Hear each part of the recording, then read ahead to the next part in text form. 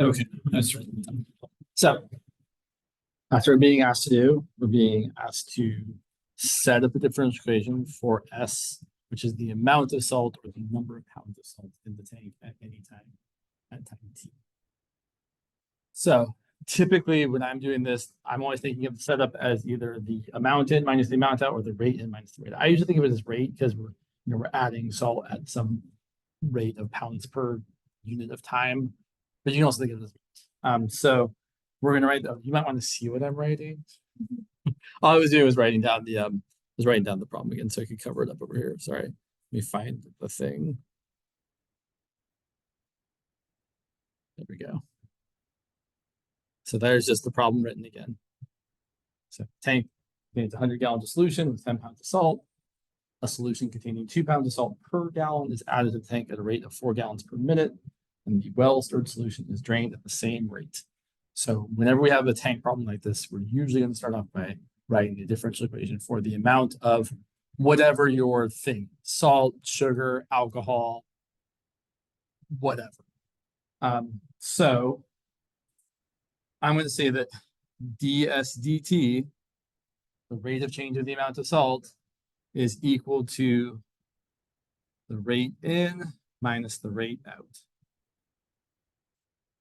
The rate in is just how much salt I'm adding per unit of time. So let's see, I'm adding a solution containing 2 pounds per gallon. So 2 pounds of salt per gallon. I don't really need to write the units, but I can. 2 pounds per gallon. And I'm adding it at 4 gallons per minute. I think you can see that if we multiply that, we're going to be adding salt at the rate of 8 pounds per minute, minus the rate that we're taking it out.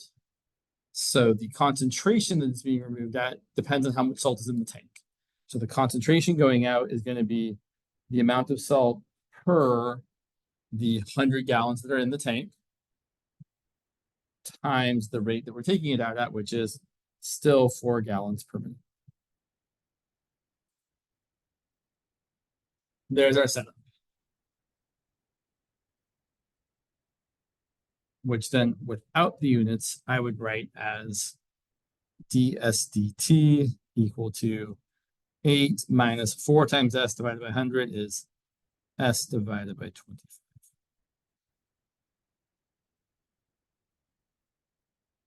So there's a differential equation. And if we want to solve it,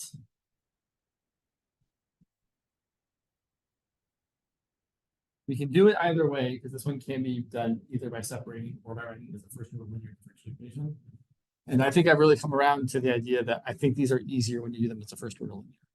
You certainly can do them separately, but I feel like the actual integrating part of it is easier if you do it as a first order linear. So let's rewrite it as,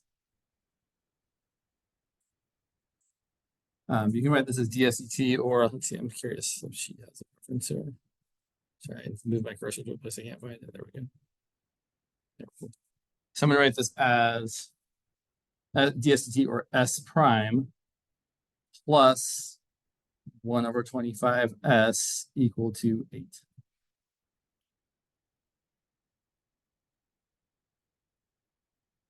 And then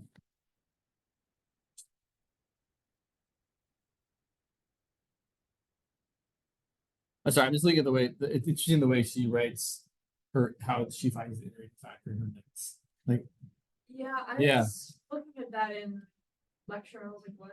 Yeah, it makes me really confused because like right. Because when I'm finding let's address that right now. So when I find the integrating factor, I'm typically just finding it as e to the integral of p of t, which is just the p of t in this case is 1 over 25. So that's going to be e to the integral of 1 over 25 dt, which is going to be e to the t over 25. The way she appears to be setting up is saying, well, the integrating factor, there's something that should be true about it. What needs to be true? Oh, wow, interesting. Huh. Okay, I didn't actually attend her lecture, so I don't know exactly how she's getting here. But here's what I think she's doing. Oh, I think she said specifically.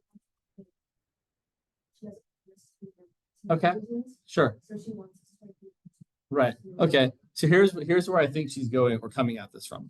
So she's taking this equation and we know we need to multiply by an integrating factor to make the left side a derivative of a product. That's our goal, is to be able to rewrite the left side of this equation as the derivative of a product of two things. So I'm going to multiply everything by this integrating factor I. I'm going to try and write it how she writes it. Cool. Let's write this as S prime times I plus 1 over 25 times I times S equal to 8 times I. I kind of like this. So and we're pretending like we haven't found the integrating factor right just yet. I know we found it, but we're pretending like we didn't find it. But we know that this is what we do. We multiply both sides of this equation by the integrating factor. And now what we want is we want this left-hand side to be the derivative of a product. Specifically, we want this left-hand side to be the derivative of the product of S and the integrating factor. Or Y, whatever variable we're calling our function. I'm calling it S here, she's calling it Y typically in her problem. Still equal to 8I.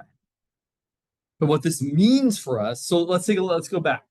If I took the derivative of this using the product rule, I would get S prime times I. Right. In fact, let's write it down right here. So the derivative of this, you think about the product rule, this should be S prime times I plus I prime times S. So what this is telling me is that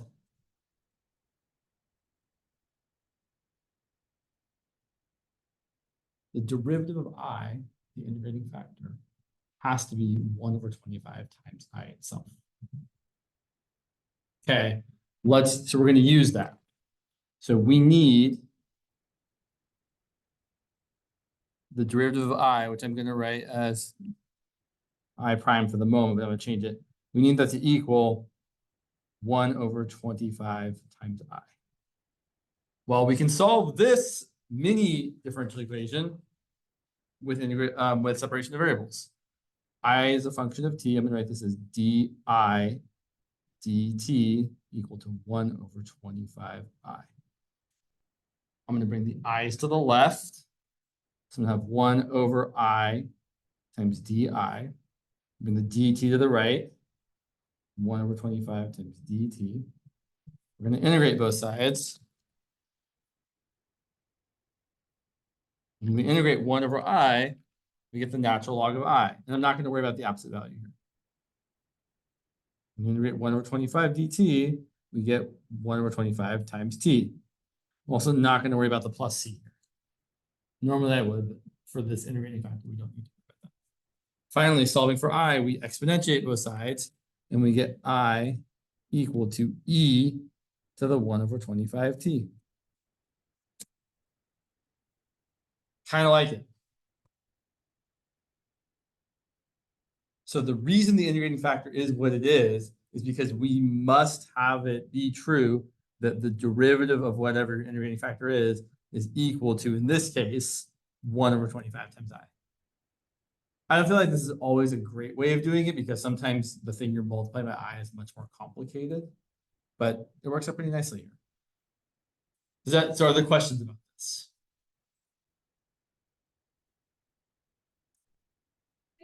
I was trying to ask in class, I'm not sure if she understood Mm-hmm. what I was trying to ask, but like if it was okay for us to use the like the little formula shortcuts on the test. Like just knowing that like the answer here is going to be 1 over the integrating factor times the integral of your q times your I.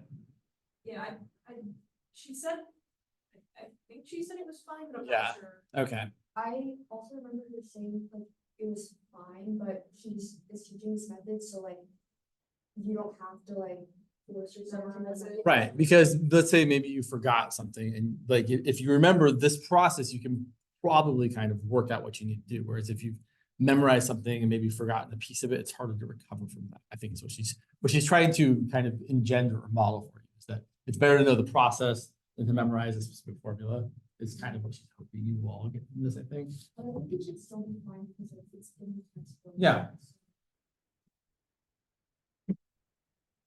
All right, so then we can take this equation, the derivative of this stuff is equal to 8I, and rewrite this as just S times I is equal to the integral of 8 times I.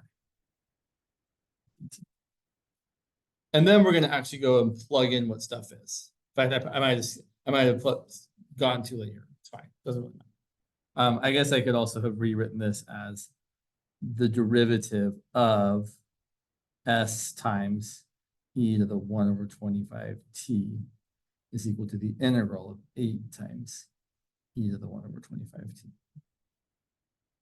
And then S times e to the 1 over 25t is equal to, sorry, I made this small mistake in this previous line here.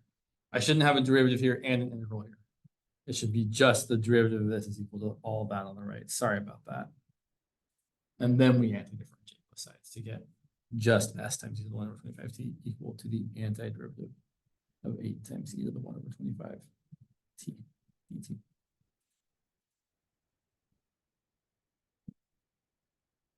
And then we find the integral. Luckily, integrating e to the something times t is not too terrible. So we're going to get S times e to the 1 over 25t equal to 8 times the antiderivative of e to the 1 over 25t is e to the 1 over 25t divided by 1 over 25 or multiplied by 25. The way I'm always thinking of this is if I took the derivative here, the derivative would make me, multiply by 1/25, which would cancel out the 25, that would give me back. But in general, in case it's a little bit dicey, whenever you're taking the integral of e to the a times x, it's always going to be e to the a times x divided by a, or multiplied by 1 over a. Plus c is super important. And then we solve for s, and we say that s as a function of t is going to be all of this, 8 e to the 1 over 25t. I could probably multiply that out times 25, plus c divided by e to the 1 over 25t. I personally like to actually divide each thing by that. So I would probably write this as 8 times 25, which is 200, plus c divided by e to the 1 over 25t is c times e to the negative 1 over 25t. That's how I would choose to write my answer without having solved for the initial conditions. So this is our general solution. But then we do have an initial condition. It requires reading the problem again. If we go back and read the problem, which I know is way over here, the problem says, they're trying to really make obvious. A tank initially contains 100 gallons of solution with 10 pounds of salt. So what that means for us is that in the beginning, S of 0, so at time equals 0, the amount of salt is 10 pounds. We're going to set that equal to 200 plus c e to the negative 1 over 25 times 0. Or in other words, 10 equals 200 plus c, so c is going to equal negative 190. So our particular solution now is going to be S of t equal to 200 minus 190 times e to the negative 1 over 25t.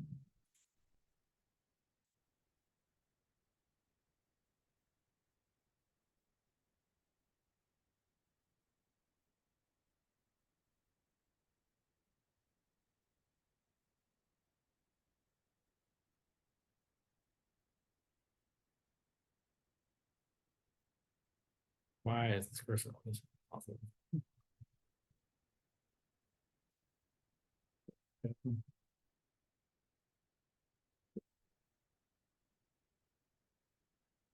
Nine. So what can we do with this? Well, typically once you've solved a differential equation like this, there are some questions we can ask, typically of the variety either how much salt is there gonna be after so much time? Or how long does it take until there's so much salt? Those are kind of the two really like, it's like if you set the amount equal to something, what's the time? If you set the time equal to something, what's the amount? One of those is usually easier to solve. For example, yeah, we could ask the question, how much salt is in the tank after 25 minutes? It's not a question that takes a lot of thinking. We're just going to plug in t equal to 25. And we're going to get S of 25 equal to 200 minus 190 times e to the negative 1 over 25 times 25 is going to be negative 1. And that's pretty much all you can do without a calculator. If you use a calculator, it ends up being approximately 200 minus 70, which is 130 pounds.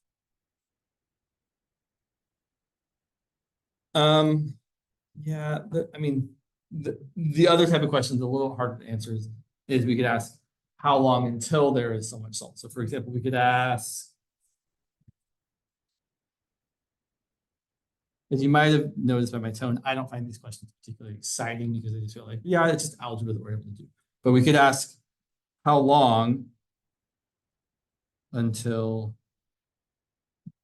the tank has 180 salt. Well, it's certainly going to be less than 25 minutes because that in 25 minutes, we get to 130 pounds. I feel like something's wrong. Oh, so I'm sorry. I'm thinking backward. I apologize. I was thinking we were coming down, but we started with 10 pounds of salt. So we're bumping up, right? If it takes 25 minutes to get to 130 pounds, it's going to take longer than 25 minutes to get to 180 pounds because we're starting at 10. Okay, that makes more sense. Let's see what happens. So we're going to set our equation S of t equal to 200 minus 190 e to the negative 125t, and we're going to set S equal to 180. So we're going to have 180 equal to 200 minus 190 e to the negative 1 over 25t.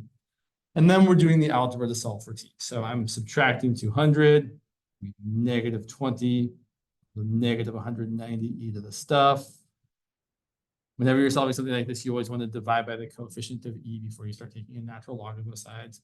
So dividing both sides by 190, I'm going to get 20 over 190, which reduces to 2 over 19, equal to e to the negative 1 over 25t. Take the natural log of both sides, get the natural log of 2 over 19 equals negative 1 over 25t. And then multiply both sides by negative 25 to get negative 25 times the natural log of 2 over 19 is how long it takes. Which again is not a very useful looking number. Like, I don't know what that is. I would definitely need to use a calculator. But I do want to point out one thing. This amount, for measuring amount of time, we started at time equals 0. This amount should be positive. Is it positive? It is. It's just hiding its positivity. So I want to remind everybody that the natural log of a number that's less than 1, this is negative. So this is definitely a positive. If you want to write it in a way where it looks more positive, even though this is totally fine to leave it like this, you could rewrite this as t equal to negative 25 times the natural log of 2 minus the natural log of 19. Distribute the negative so you get 25 times negative natural log of 2 plus natural log of 19. And then we write this as 25 times the natural log of 19 over 2.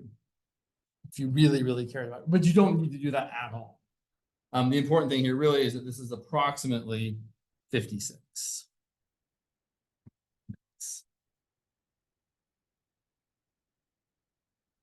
Okay, the question that I think is interesting is what happens to this tank as you let time go on and on and on.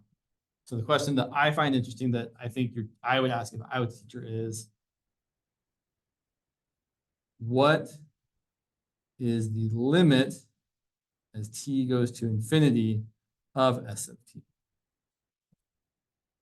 Well, if I write this as the limit as t goes to infinity of 200 minus 190 e to the negative 1 over 25t, I know I've said this a few times that I have a hard time with e to the negative infinity. I think I've seen it enough now. I know that if you have e to the negative infinity, that's going to get closer and closer and closer to zero.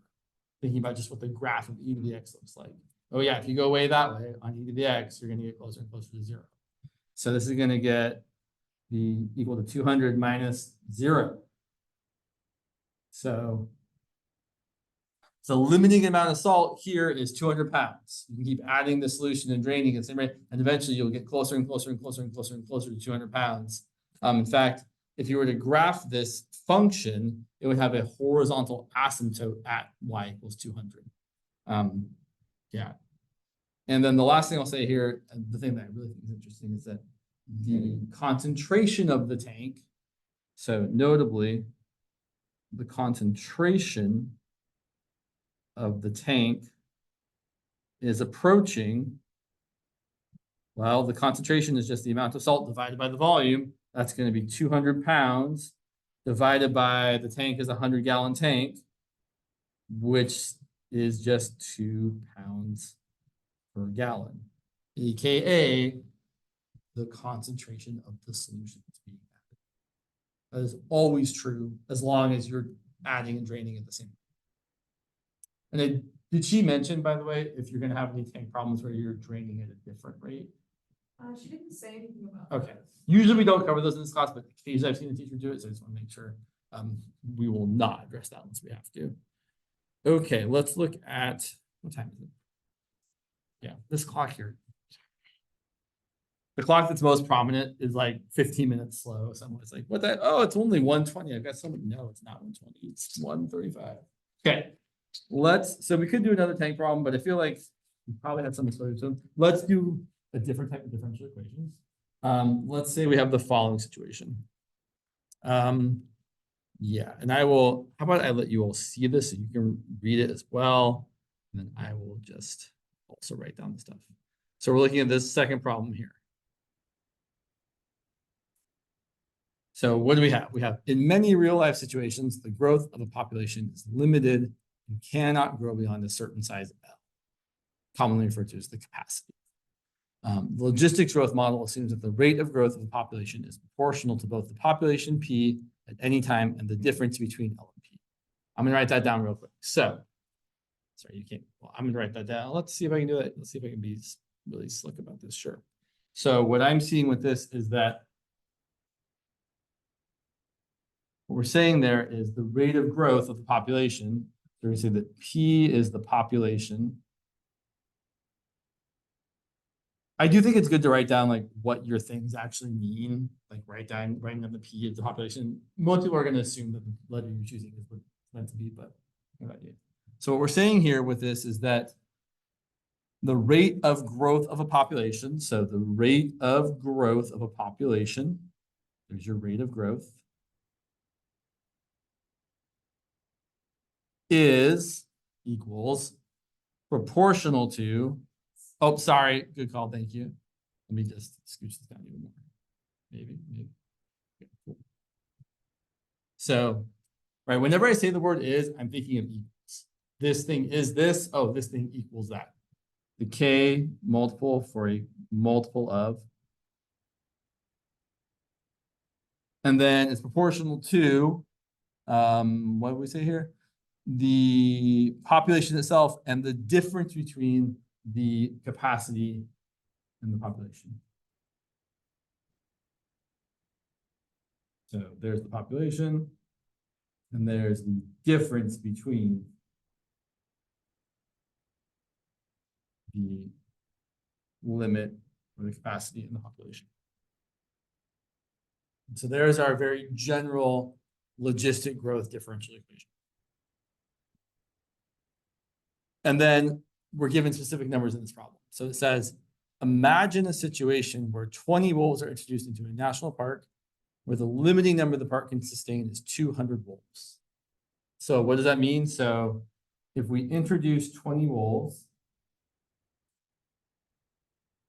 what we're really saying is what the initial condition is.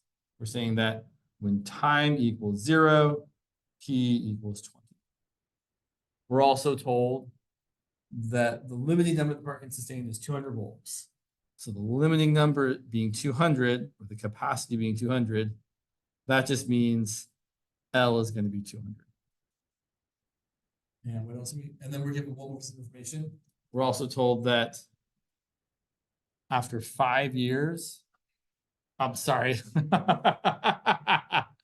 me just move this over here. Apologies, I was trying to be slick and it was not working out. So then after 5 years, there are 50 wolves. Yeah.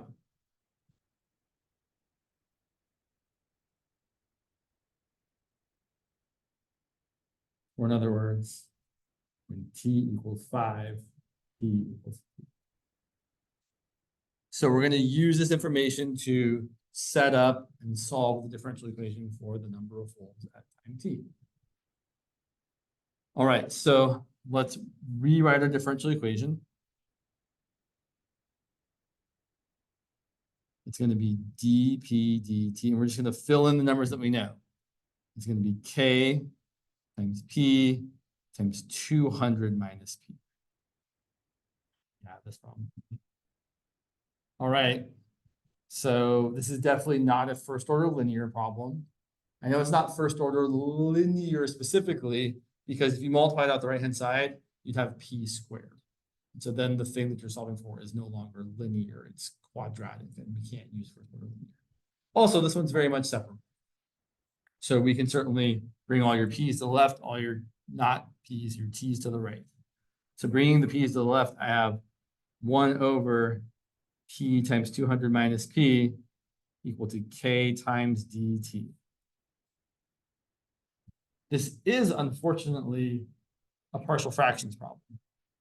Not that that's impossible, just it requires more work. So let's do it. Partial fractions aren't as bad as people, I think, give them credit for. So if we want to integrate both sides of this, we need to do a partial fraction decomposition.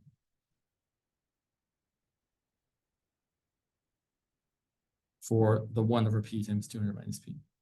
So we're going to say that 1 over p times 200 minus p is equal to a over p plus b over 200 minus p. And we're going to multiply both sides by the common denominator.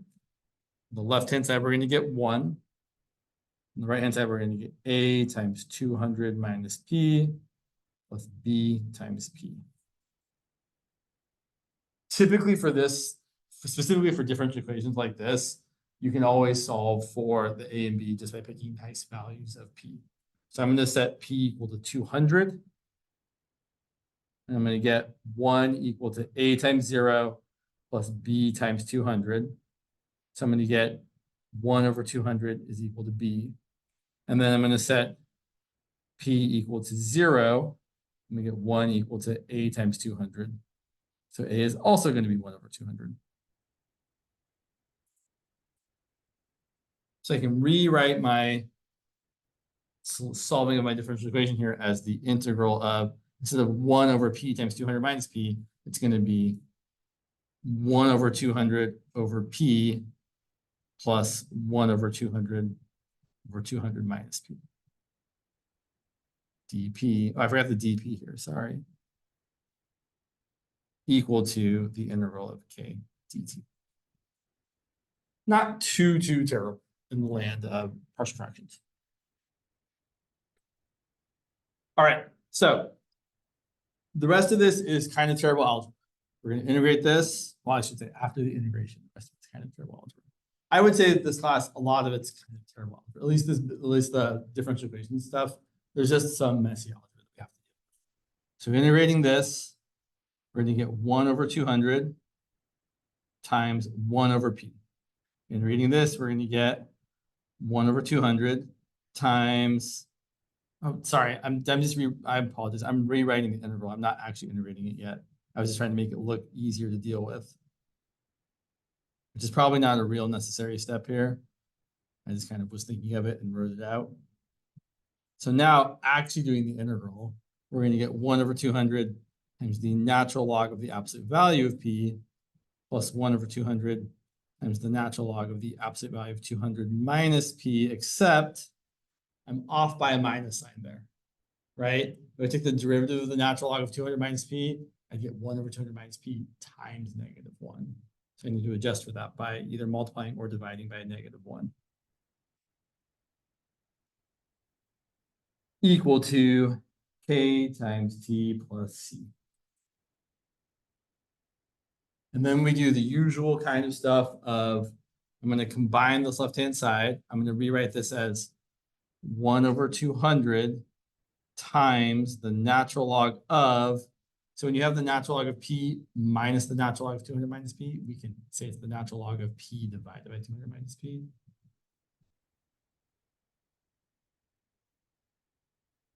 Still equal to kt plus c. I would multiply both sides by 200, which again won't really change my constants.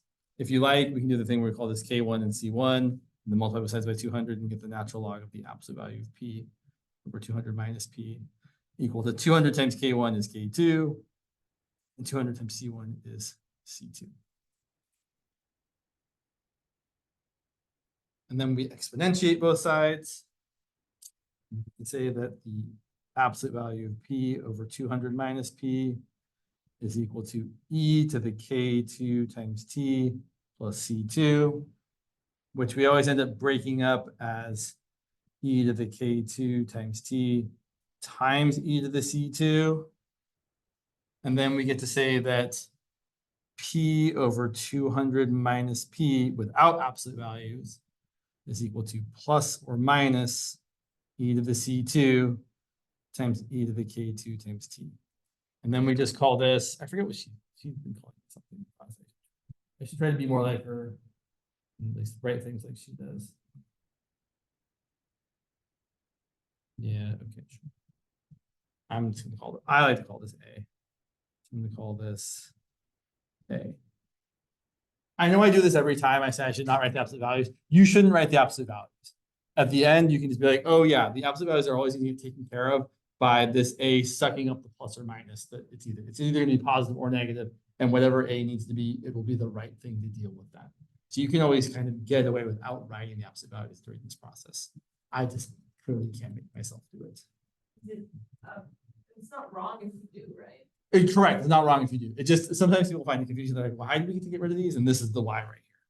So then we have that p over 200 minus p is equal to a e to the k2 times t.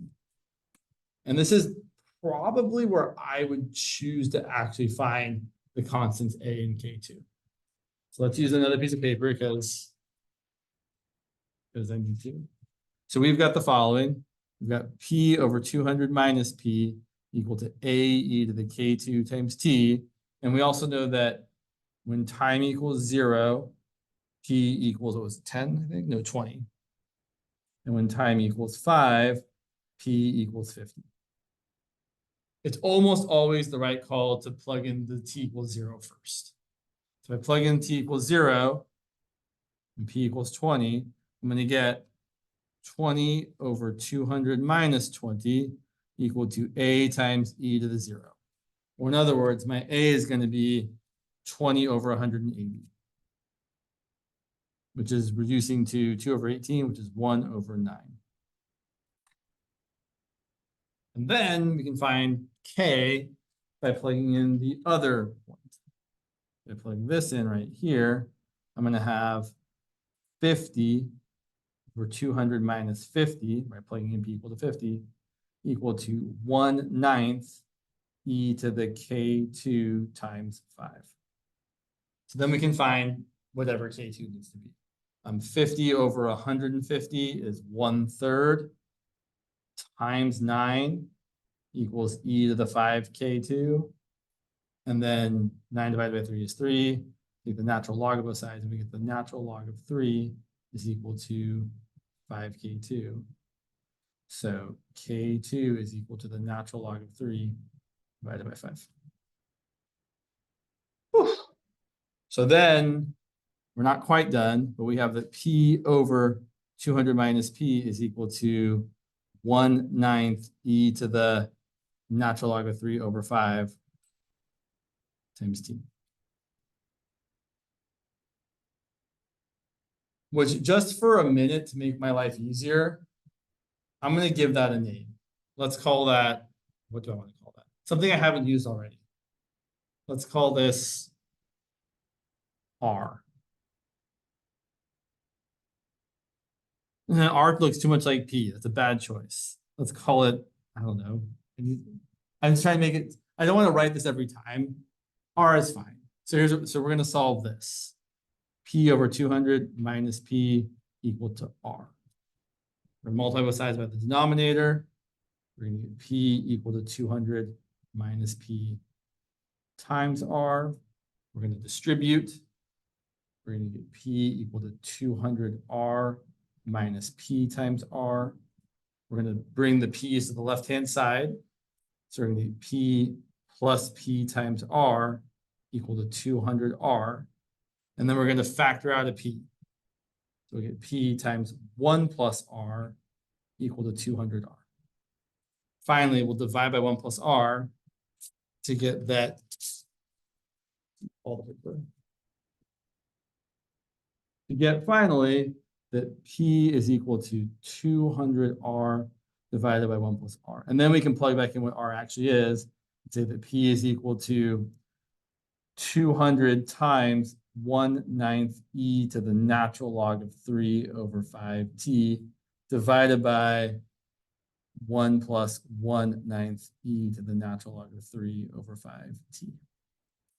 And then usually people do one last thing and they multiply the top and bottom by 9 in this case to get rid of the fractions and the fractions. So then finally, we would write that P of t is equal to 200 times e to the natural log of 3 over 5t over 9 plus e to the natural log of 3 over 5t. Whew. Kind of gross.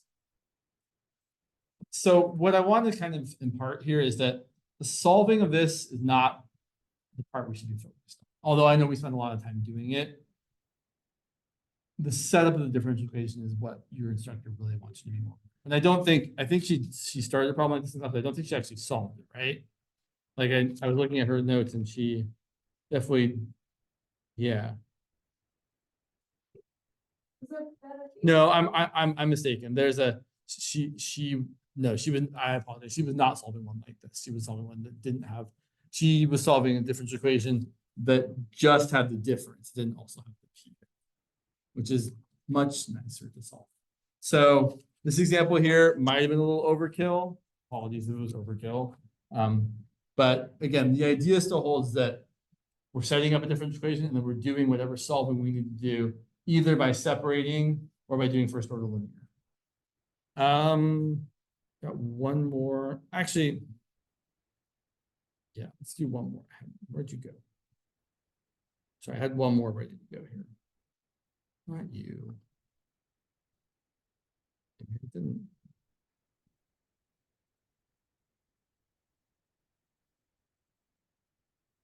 Sure, let's look at this. This next one's not too bad. We can probably finish it in the next 9 minutes. So let's do the following. We're going to assume that the outside air temperature, T, at Lake Tahoe is a function of time, little t. And that the rate of change of T, sorry, the rate of change of the temperature T is directly proportional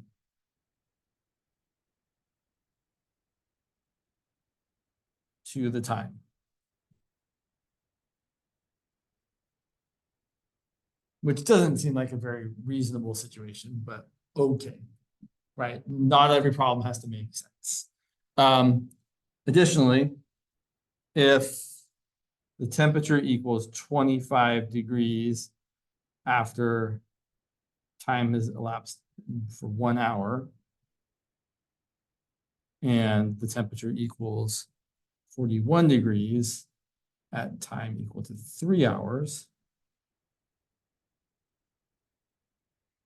let's do the usual things, write and solve the differential equation. So I want you all to do your best to write the differential equation. Reading these words and trying to write a differential equation. It should be something like dt equal to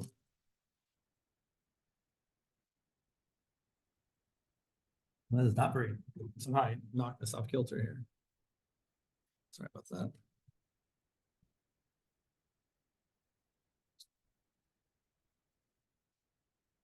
There's not a lot to write here, so the words you should be focusing on is that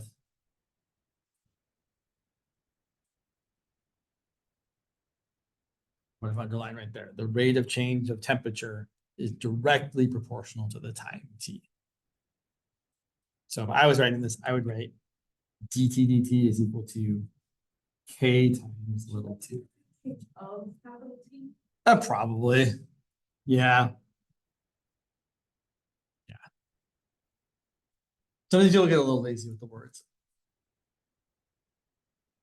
But you're right. If I didn't have the of there, then I'm kind of implying incorrectly that T itself is the rate of change, which is not what I mean. All right. So here's a differential equation. The rate of change of temperature is directly proportional to the time T. And now we're going to solve it.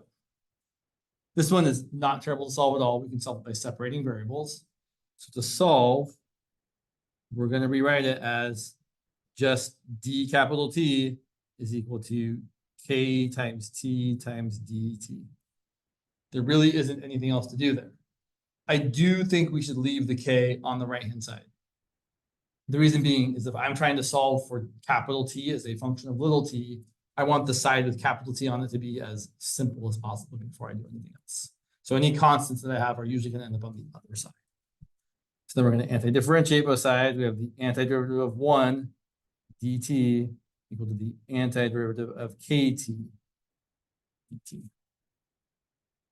So on the left-hand side, I'm going to have the antiderivative of 1 is just capital T. And the antiderivative of kt is going to be 1/2 kt squared plus c.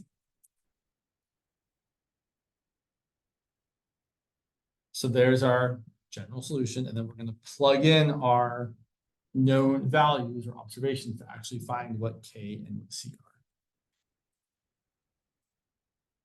So we have